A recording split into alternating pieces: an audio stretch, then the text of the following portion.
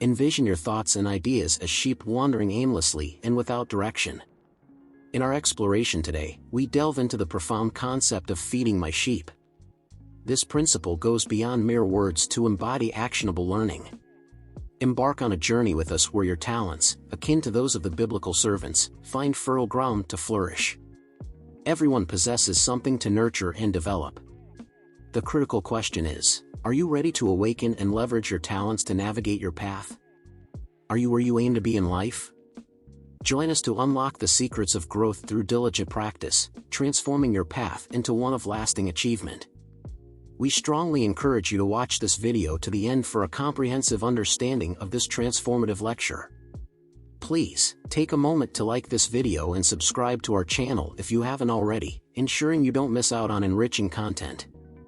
Our journey commences now. Our focus today is feeding my sheep, a metaphor for applying the truths you've learned to shepherd your mind's thoughts, which often roam like unsupervised sheep. We're summoned to take control of our thoughts, to master our minds.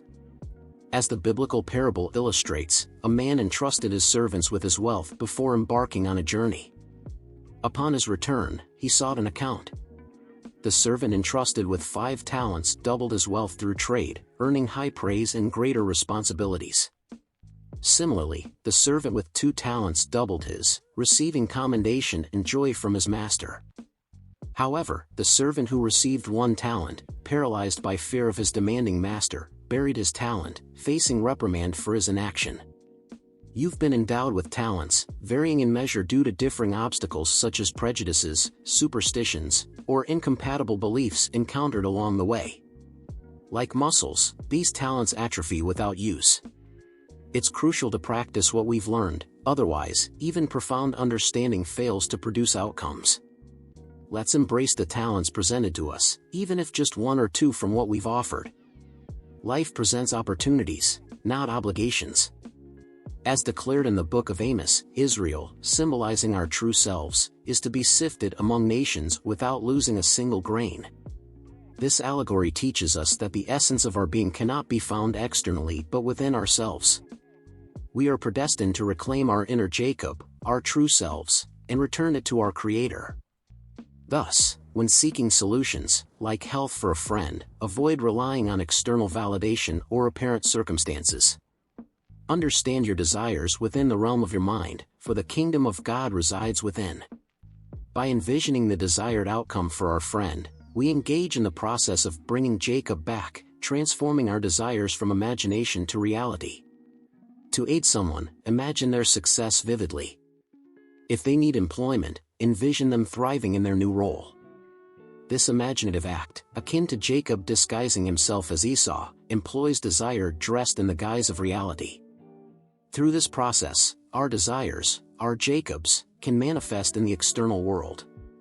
Whether you possess 2 talents or 5, strive to imbue your imaginations with life, transforming them into tangible realities.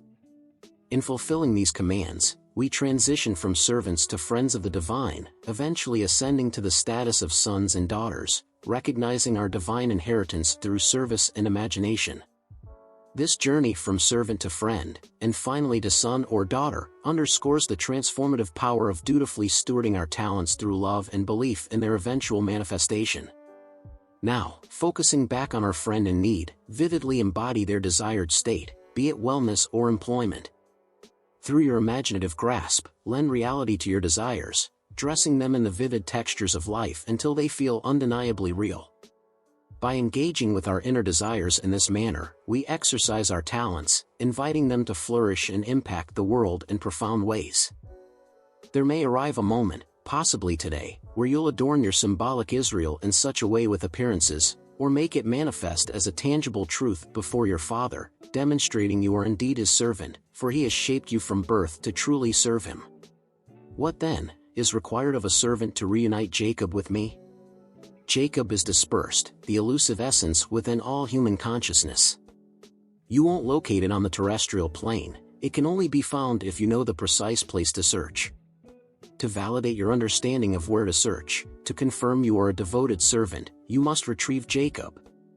In doing so, bring Jacob as though you have already heard what you wish to hear, as if you have touched and experienced what you yearn to see and feel in this realm. By staying loyal to your vision, that vision will materialize into the ideal form you seek to avoid.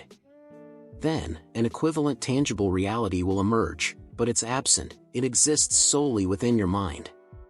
Where he is dispersed, where he thrives, he will project it onto the canvas of space for you, providing concrete proof that you possess the knowledge to locate and retrieve Jacob. If I comprehend how to seek out my Israel, how to find him, and how to clothe him in the guise of reality, and I fail to do so, then I am not fulfilling my role as a servant. I am the one who took the 5 talents and increased them, not the one who buried them. Some may hesitate to test this out of fear, comforting themselves with the belief that faith alone suffices without the necessity of proof. For if we test and fail, our faith may wane, leaving us without the former solace we found comforting.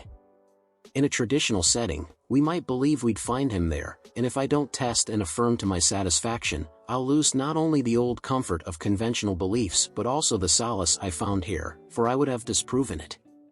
Thus, I encourage you to test it if you seek to disprove it. You won't disprove it, but if you depart knowing where to search for your Israel, understanding why you were created to be a servant from birth, that marks the initial step. Until you test yourself, until you demonstrate your capability, you are not a servant of the divine. However, upon becoming a servant of the divine, he becomes your ally, elevating the relationship. You'll commune with your Father as friends do, face to face. You won't perceive it as an external object, but you will truly learn to evoke a desired mental state, manifesting it at will, as you can manifest a desired state from the deep, which is your Father, now a friend, and you will truly understand the fellowship between the depths of self and you, a being of magnificent imagination. Eventually, as a cherished friend of the divine, the seal breaks, and you are revealed as who you truly are, the divine's offspring, and the Father. Every individual is a divine child, believing themselves to be merely human.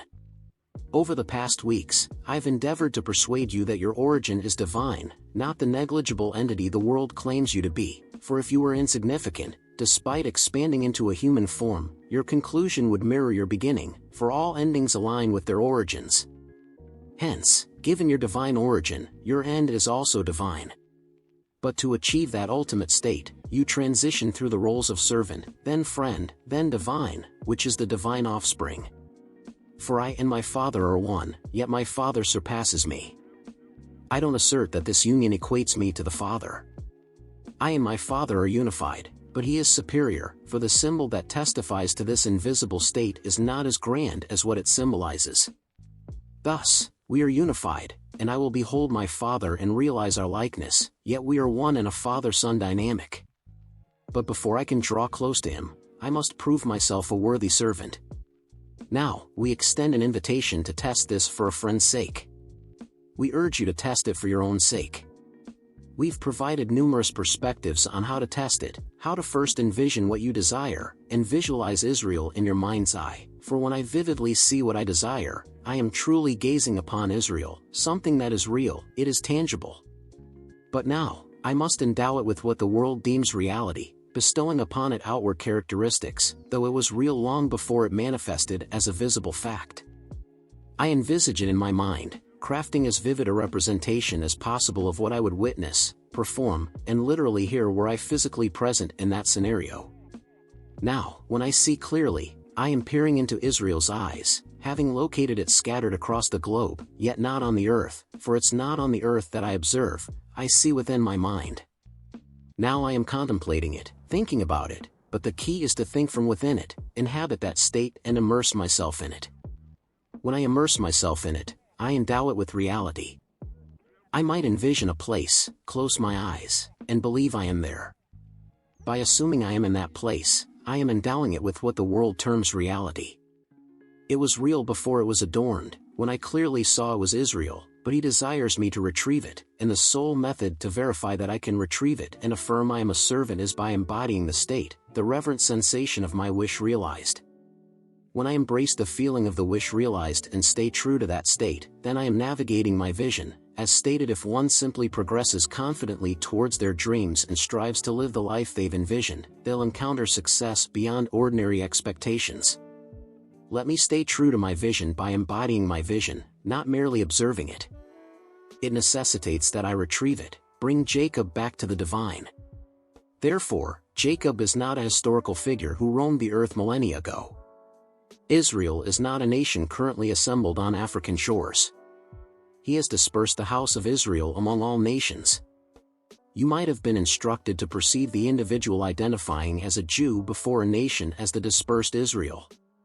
Reject this notion. Every person embodies and sustains Israel. When you envision something and desire it to manifest in your reality, you are beholding Israel.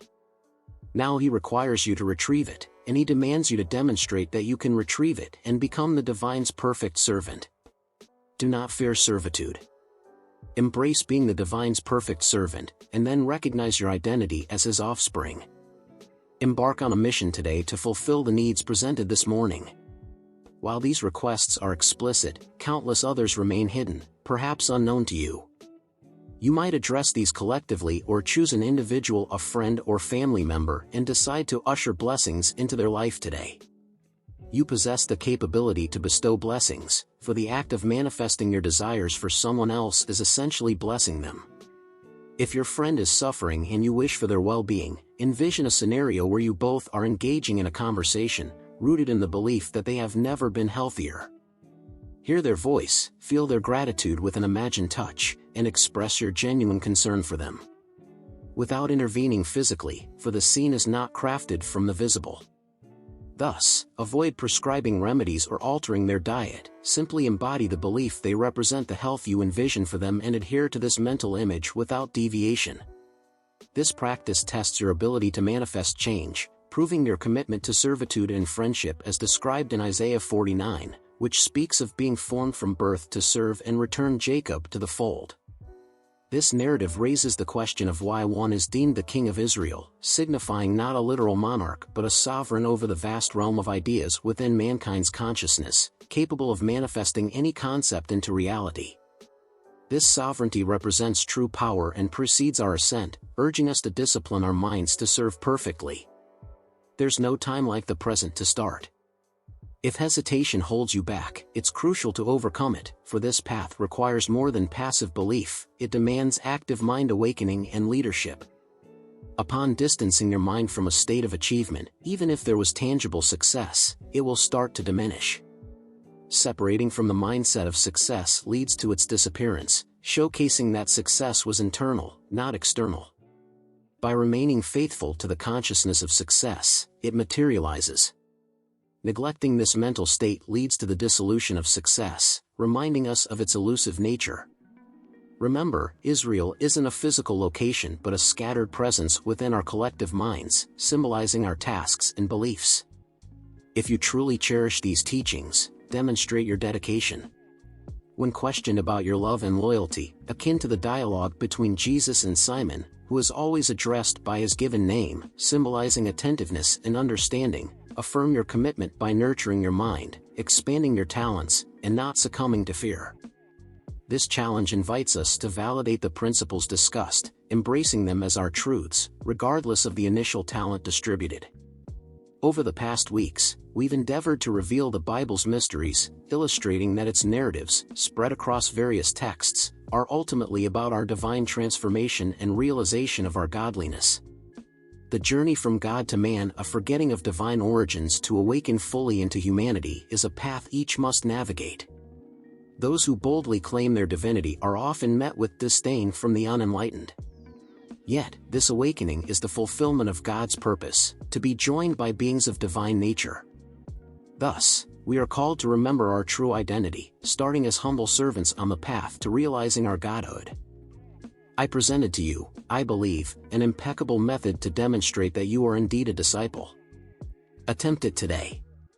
Should you manage, in the most straightforward manner, to transform an unseen state into reality, whether it's securing employment for a companion, acquiring a hat, locating the perfect apartment, or even attaining a minor item, give it a try.